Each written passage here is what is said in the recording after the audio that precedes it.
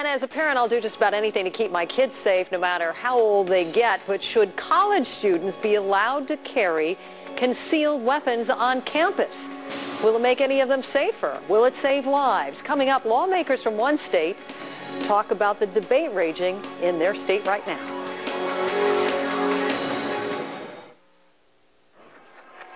The explosive issue of allowing people to carry guns at school is back out in the open tonight, a month and a day after the Virginia Tech massacre. State lawmakers in South Carolina are now considering a bill that would allow concealed weapons on public school grounds.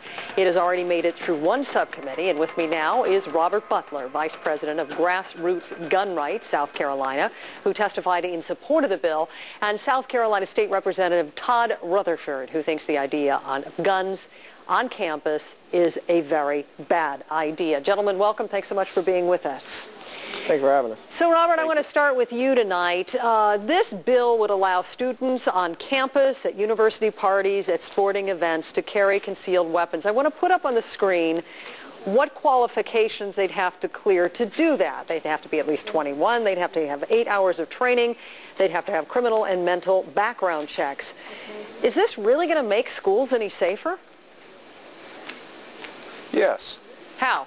When you've got security guards and campus officials say they don't want guns anywhere near campuses. Leave it up to the experts. Leave it to the guys who really train for these jobs.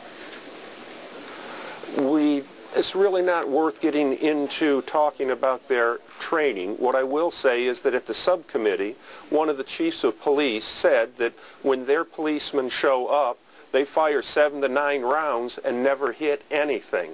But that's not the issue. The issue has to do with our children and keeping our children safer. In math, you can't divide by 0, and in logic, you can't prove a negative. But what we can prove is that there are numerous instances where armed civilians have stopped active shooters in their tracks and protected the students from further carnage. All right, but if you just made the point our opposition cannot show any instances where concealed weapon permit holders have been part of the problem. Well, let's let Mr. Rutherford respond to that, and then I want to come back to the idea of training. Mr. Rutherford, your response to that? Absolutely. And, I just want to start off by saying I'm not an anti-gun person. I'm a gun owner myself. And I think that the concealed weapons permit program is actually a good one. Actually, in South Carolina, we expanded that to allow other states that give concealed weapons permit to their citizens, that their citizens can then come into South Carolina and carry a concealed weapon. But that is part of the problem. The qualifications that were just put on the screen are only for South Carolina residents, not for residents of other states that come into South Carolina with their concealed weapons permit, can then go to a football game, for example, drink beer, stand out there with their concealed weapons permit, get all excited, and then you have a parking lot full of people carrying guns. Never a good idea on a college campus. The state law currently does not allow it in daycares, in hospitals, in churches, and I don't think that anyone supports the idea of making it so that you can carry a gun in church.